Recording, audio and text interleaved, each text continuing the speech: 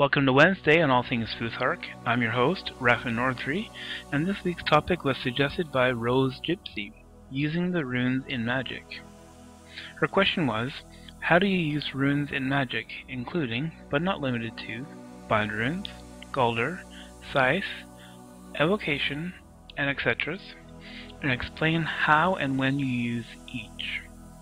As worded, this topic could easily take several videos to cover, since the topics of Galdr and Scyther are rather advanced. They deserve a deeper insight than can be reached here. I strongly suggest that if you are wanting to begin in Galdr and Galdr, that you study more.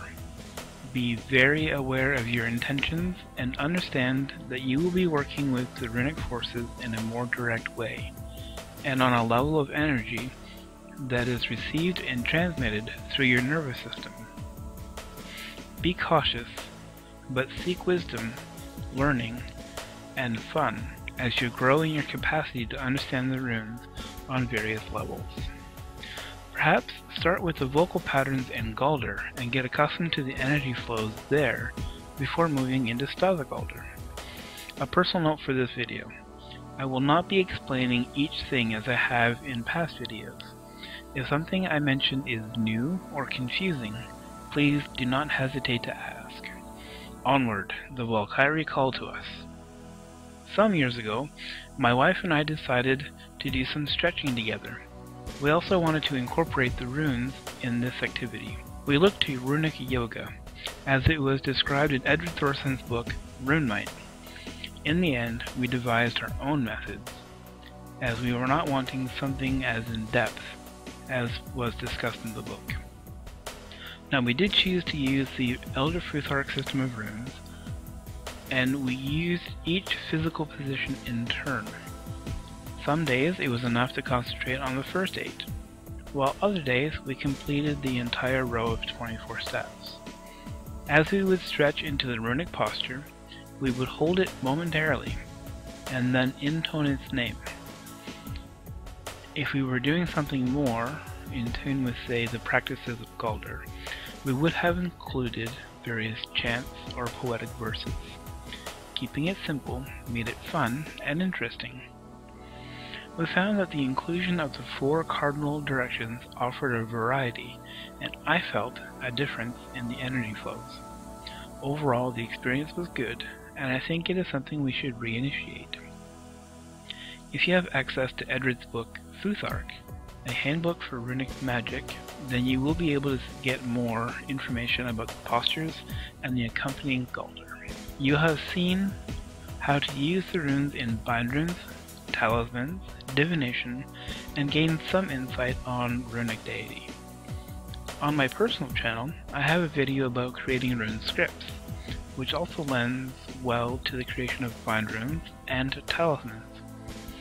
Scyther deals primarily with shamanistic practices, including trance work and the use of herbs for healing.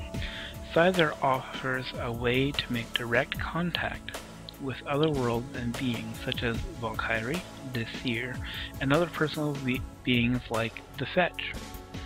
In contrast, Galdr uses runic postures and vocal patterns to build the will and interact with energy streams, which enter the body, mingle, and then are redirected out to cause change, first within the runesters, and then without into the environment. A common use of Galdr is called Galdr. So what is this Galdr? Well, Edred describes it like this in Futhark. Galdr is an active system of magic that consists of the assumption of runic postures or gestures for magical effect. Gestures and postures form some part of almost every metaphysical or magical school. They can be seen from the simple folding of hands in prayer to the extremely complex system of asanas in the Indian Hatha Yoga school. Galdr is balanced in this respect.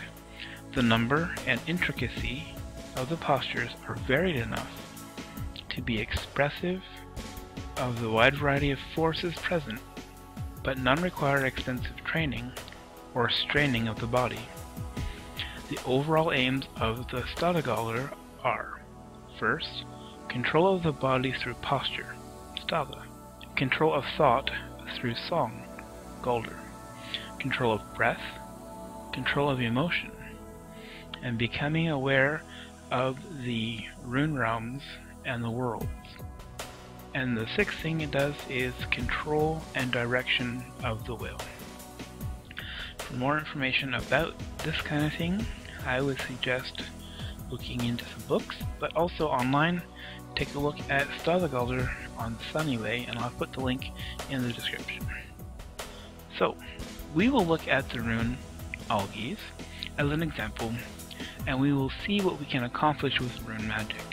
We'll look at several things that will span a variety of magical techniques. Now, when you are stretching, just normal stretching, you feel a need to stretch. Yes.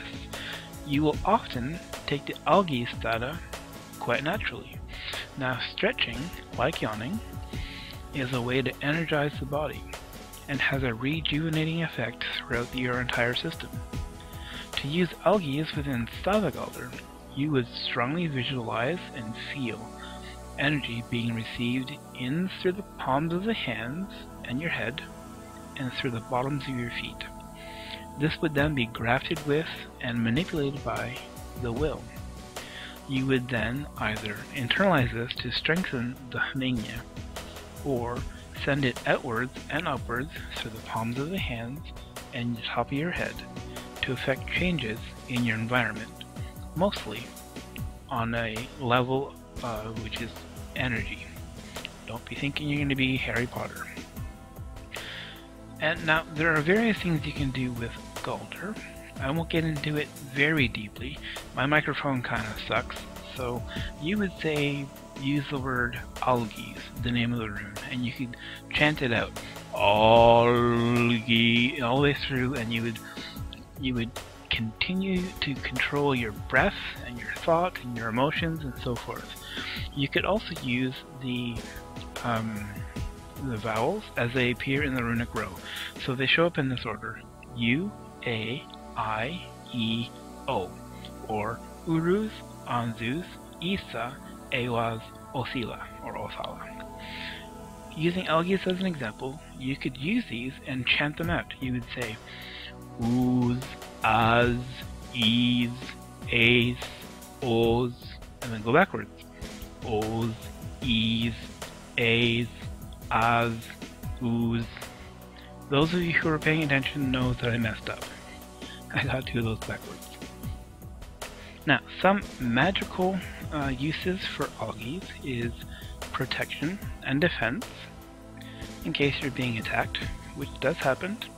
Number 2 would be mystical and religious communication with non-human sentient beings.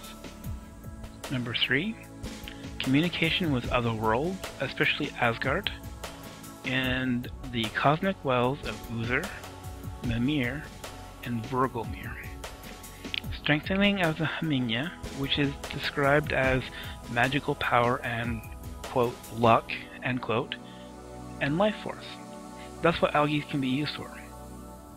Now, this posture, where you're standing straight as possible, and your hands up at 45-degree angles, palms up, is also a posture of prayer within Asatru, and it is used by the Gothi or Githya, that would be our priest and priestess, at the altar during rites, for example, the hammer rite. Now, in the above list, numbers 2 and 3 could be seen and used within Scyther, because it would involve things such as trance work or pathway working throughout the 9 worlds. Now, let's look at a simple rite for engaging runic forces. Now, this will use 3 different runes. The first will be Isa, the next will be Uruz, and the third will be our new favorite, Algies. To work with this rite, you will need some space where you can move freely, like the living room floor or your bedroom, unless you can work outside, whichever is best for you. I happen to have 4 feet of snow outside, so outside may not work for me. As you put yourself into the runic pose of each of the runes in turn, Isa, Uruz, Algiz, you would say aloud or in your mind the text shown. In time, you can create your own. As you do this, you should visualize and feel the energies flowing, as I've already explained. When I did this in the past, I created a bind rune of the 3 runes, used within this short rite. This was carved into a piece of wood, and I wore it like a talisman necklace, which I then burned at the end of the rite to help release the energies. And here's how it looks. We have Isa, Uruz, Algiz, and I combine them like this. Isa along the bottom to give a nice solitary concentrated base. Uruz stretching upwards and back downwards, and Algiz in the center. Alright, let's get to it. This text came from Eldred Thorson's book, Futhark. For Isa, you would strike the pose Isa, and you would say, self-knowing, I am a staff, for beams and waves of rune might. Then Uruz, self-knowing, I shape the might from the deepest depths out of the realms of the earth, out of the womb of hell. Or you could use the Earth Mother if you're not comfortable with the goddess Hel, and her name, among many, is Fjorgen. Take the pose Algiz. Self-knowing, I shape the might, from the highest of heights, out of the wide world, out of Heimdall's realm. And that would be the end of the rite. You could dress it up any way you want. If you feel comfortable with candles, light some candles. You like incense? Get some burning. I happen to like dragon's blood. If you have any questions that would deal with this video, please post them below or send me a PM. As always, thanks for watching, and this has been Rafin Nordry for All Things Futhark.